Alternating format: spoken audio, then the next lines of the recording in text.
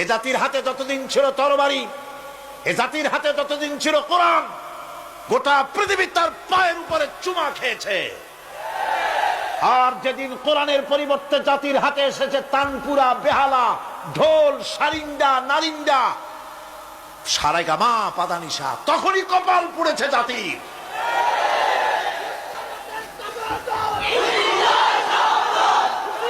আজ আমাদের দেশে স্বাধীনতার রজত জয়ন্তী উদযাপন হয়েছে, শুধু গান আর গান, নাচ আর নাচ। সরকারের কোটি কোটি টাকা খরচ হয়েছে। স্বাধীনতার জন্য তো উৎসব করবই। স্বাধীনতা থাকলে আমরা থাকব, স্বাধীনতা না থাকলে আমরা গোলাম হয়ে যাব, ঠিক কিনা? কিন্তু আমার পদ্ধতি আলাদা, আমার ইসলামের পদ্ধতি আলাদা।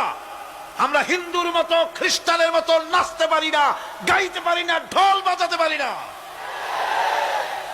বিজয় এলে কি করবেন আল্লাহ শিখাই দিয়েছেন। কে শিখিয়েছে?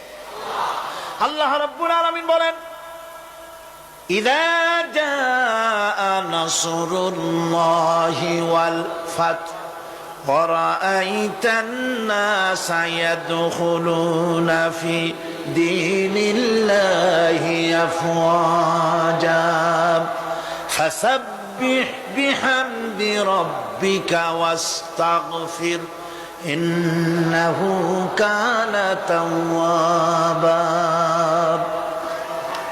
আল্লাহর পক্ষ থেকে যখন বিজয় আসবে, ও নবী, বিজয় যখন আসবে আল্লাহর পক্ষ থেকে, তখন আপনি দেখতে পাবেন আল্লাহর পক্ষ থেকে মদদ, বিজয় যখন আসবে, দলে দলে লোক ইসলামের মধ্যে প্রবেশ করবে।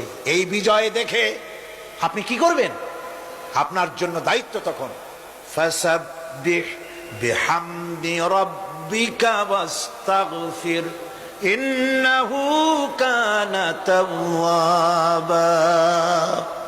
আপনি বেশি করে ইস্তেগফার করুন, বেশি করে তাসবিহ পড়ুন।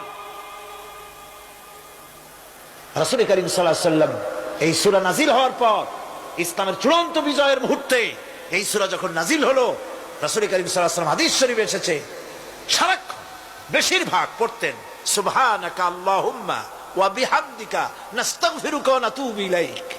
সুবহানাকা পড়েন, সুবহানাকা আল্লাহুম্মা ওয়া বিহামদিকা নাস্তাগফিরুকা ওয়া নাতুবু ইলাইক।